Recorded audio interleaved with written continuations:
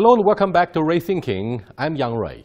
A war of propaganda is nothing new if one looks at what the Nazis did prior to and during the Second World War to justify their wartime atrocities. It is a difficult comparison with the preemptive missile strikes against Syria to punish the Assad government on charges of using chemical weapons. Fakes, fallacies, and fiction do mislead. That is why good journalism has to help clarify the white helmets and its nasty role in compromising the principle of good journalism. The White Helmets won the 89th Academy Award for the Best Short Documentary. What members of the White Helmets, an NGO in Syria, do is to set up a makeshift studio and produce fictional pictures on atrocities denouncing the Assad government. I have no comments on Assad, who has been condemned multiple times by the West, their agents, and by his tribal rivals.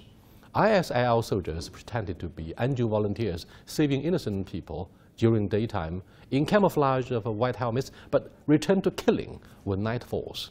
Children and their parents are coercively used as instruments for a war propaganda. Some international war correspondents hurried to interview these sources of information.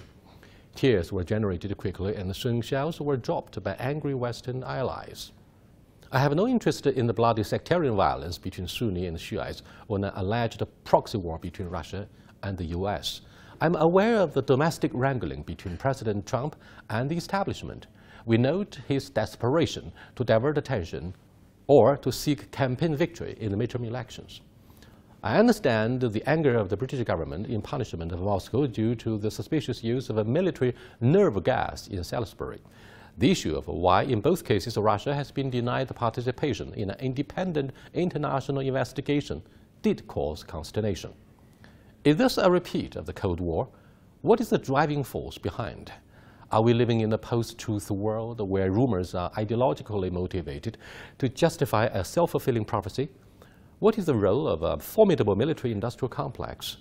Tons of questions about the fable of exceptionalism. Now, let's take a close look at why China chose to take sides with Russia in the UN Security Council. There is no doubt about geopolitical implications when China, a rising major economic and digital power, starts to be antagonized when President Trump gets surrounded by hawks like Peter Navarro and John Bolton. When back in 2011, the UN Resolution 1973 was violated by the US-led military intervention in Libya to oust and kill Gaddafi, the US paid a heavy price as its ambassador Stevens was killed in Benghazi. Why did we have this mass and tragedy when the UN mandate only aimed to separate government forces from the opposition by establishing a no-fly zone? China and Russia have since decided to draw a red line to prevent the abuse of UN resolutions. This time around, China encourages a thorough, inclusive, and independent international investigation. The integrity of the independent investigation shall not be compromised by a simple repeat of the flawed intelligence reports that led to the 2003 Iraq War.